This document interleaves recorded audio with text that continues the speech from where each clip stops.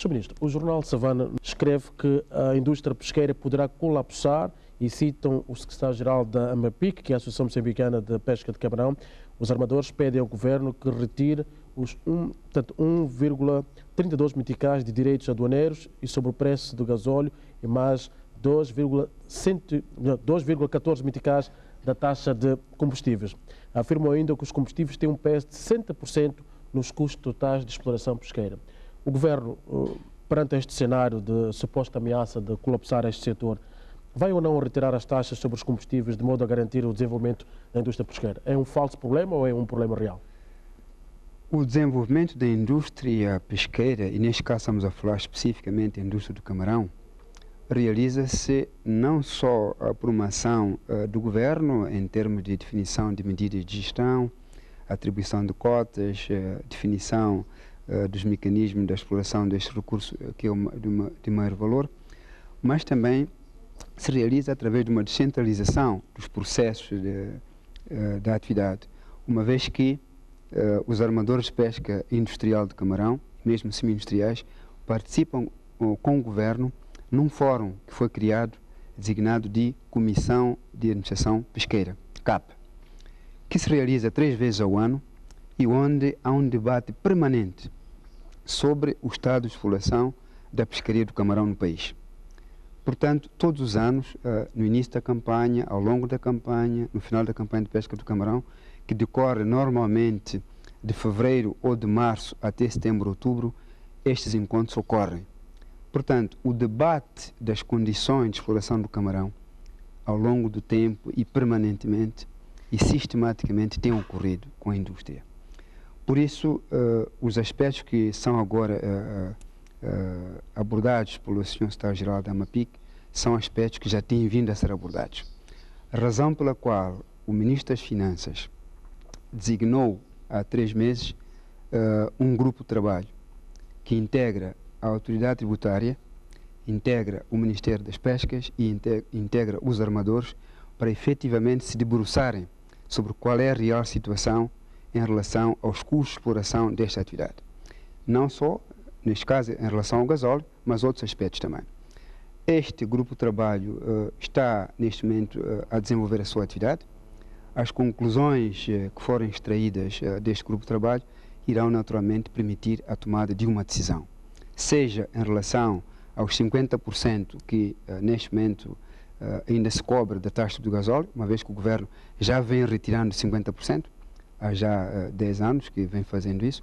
Portanto, o valor total da taxa sobre o gasóleo tem sido reduzido em 50% e o que está a ser solicitado agora é que se retire os restantes 50%. Vamos ver das conclusões que este grupo de trabalho, que integra os próprios armadores, quais são as conclusões. Quanto ao peso em relação ao gasóleo nos custos de exploração, a indicação de que são 60%. É uma indicação vinda da AMAPIC e dos armadores. Precisamos trabalhar juntos para aferir melhor se essa é a percentagem real, seja qual for.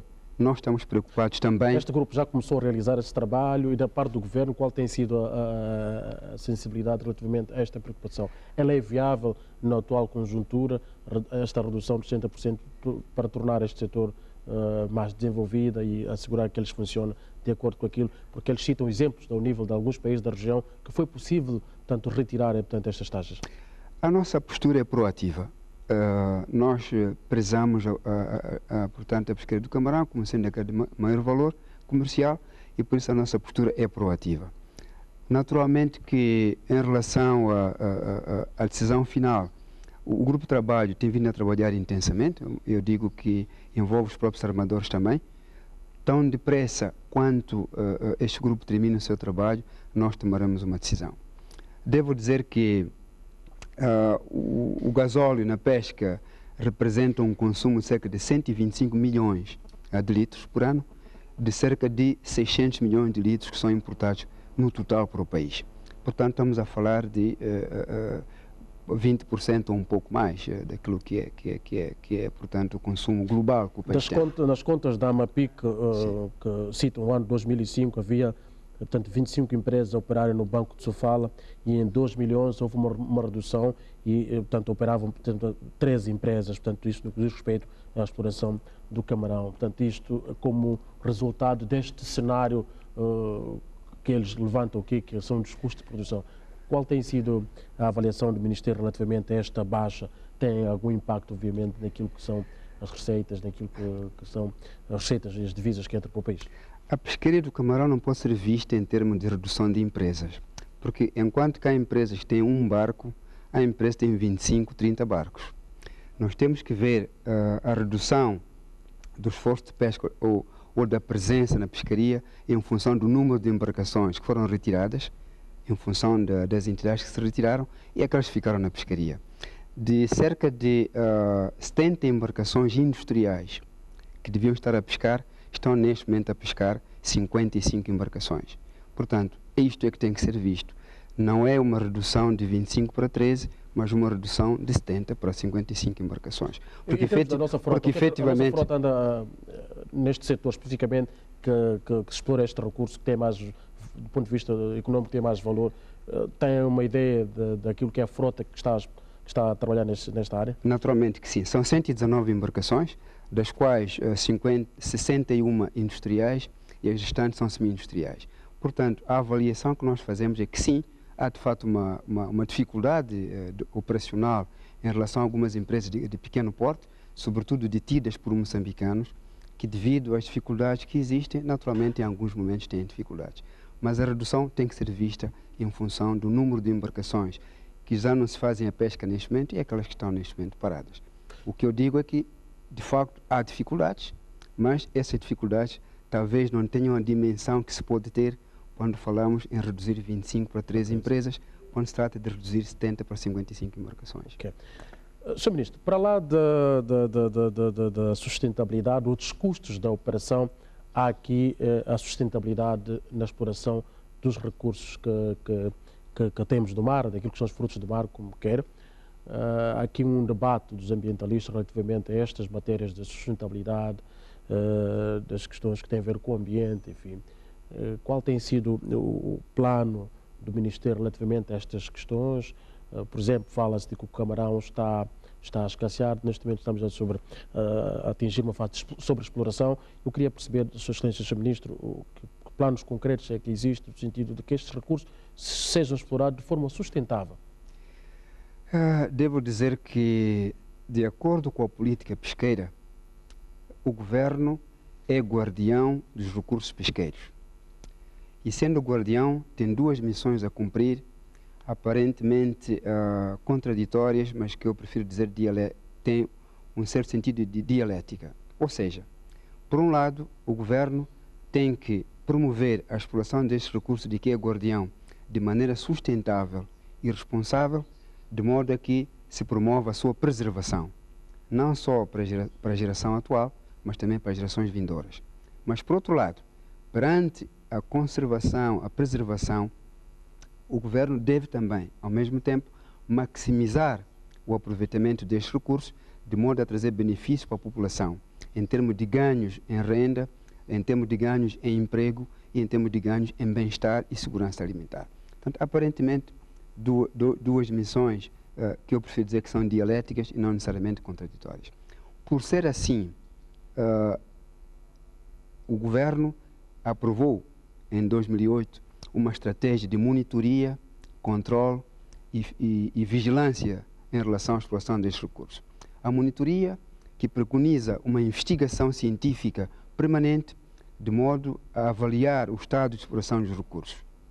Isso se faz por via do desenvolvimento de uma base estatística que mostre quais são as capturas, permite também realizar cruzeiros de investigação e tudo isto na base de uma avaliação prévia de qual é o potencial de cada uma das pescarias, seja do camarão, seja do peixe, seja da capenta, seja de outros recursos.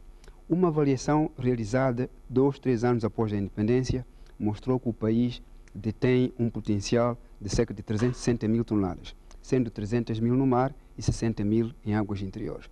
É perante este potencial, quando depois é discriminado recurso a recurso, que a nossa investigação científica tem que permanentemente estar atenta em termos de avaliação do seu estado de exploração.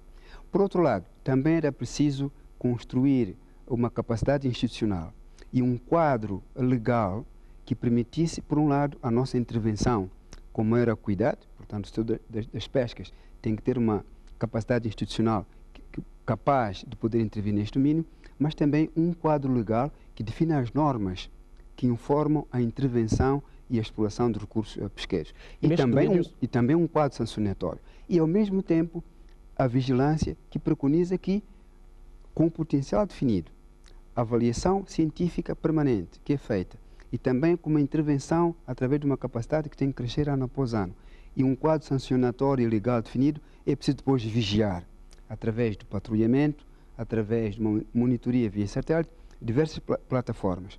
Ou seja, por um lado, promovemos a utilização dos recursos, mas, por outro lado, também, através de medidas de gestão e de acompanhamento permanente, procuramos aferir e avaliar até que ponto o potencial não está a ser sobreexplorado. De acordo com o plano diretor que tenho em mão, que é este documento, que é este plano diretor das pescas 2010-2019, li atentamente. Uma das questões que saltou-me à vista tem a ver fundamentalmente, falando agora da capacidade institucional, tem a ver com o facto de que a questão das estatísticas, aquilo para poder determinar as quantidades daquilo que é o pescado que se explora, daquilo que é, digamos, exportado. Aí temos problemas ainda. Do ponto de vista de estatística, por parte dos armadores, há armadores que eventualmente sonegam a informação daquilo que exploram. Isto tem implicações, obviamente, naquilo que são as nossas estatísticas, naquilo que poderá ser a contribuição deste setor para a nossa economia, Sr. Ministro. O setor das pescas é um órgão delegado do Sistema Nacional de Estatística, que é naturalmente congregado através do Instituto Nacional de Estatística. Por essa razão, o setor das pescas tem vindo a desenvolver ferramentas importantes no domínio estatístico, desde desenhar um plano diretor, que neste momento já existe, de estatísticas, o que significa que o formato a partir do qual recolhemos a informação estatística obedece a um desenho que nos permite e que nos habilita, de fato, a recolher a melhor informação estatística possível. O que significa que, a partir deste plano diretor e o formato que foi desenhado, nós podemos recolher informação estatística da melhor maneira possível. Em relação ao setor industrial e semi-industrial, e sobretudo o setor industrial, a base de informação estatística é que, adicionalmente, essa informação deve ser prestada ao setor das pescas, de modo a que mereça um acompanhamento. Se me diz, e muito bem disse agora, que provavelmente pode haver uma sonegação, bom, esses são fenómenos que podem ocorrer, não só na atividade pesqueira, como na outra atividade em que o fornecimento de informação pode conter alguma sonegação.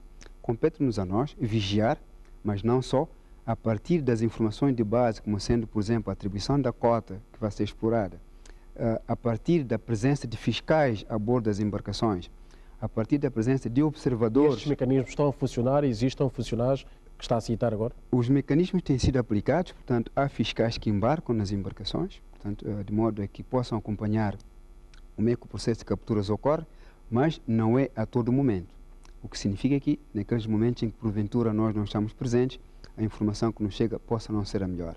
O que nós fazemos, e tal como já havia dito antes, nos fora que nós promovemos, insistimos sempre com os armadores no sentido de que é para benefício de todos nós o fato de informação estatística ser o mais real possível, ou mesmo real, uma vez que isso vai permitir aferir o estado de exploração dos recursos. Qualquer prejuízo que ocorra nesse domínio prejudica também as próprias empresas, o que significa que o interesse é mútuo, não só do governo, mas também das empresas que exploram esta atividade. Em relação à pesca artesanal, foi desenhado um sistema estatístico por amostragem que se baseia na recolha de informação nos centros de pesca e, por um método de amostragem e extrapolação para todo o universo que comporta os centros de pesca, nós vamos sabendo ano após ano qual é, portanto, o volume de capturas que se observa na pesca artesanal. O grande desafio é uma maior cobertura. Nós temos noção, uma vez que os centros de pesca que cobrimos resultam do censo da pesca artesanal.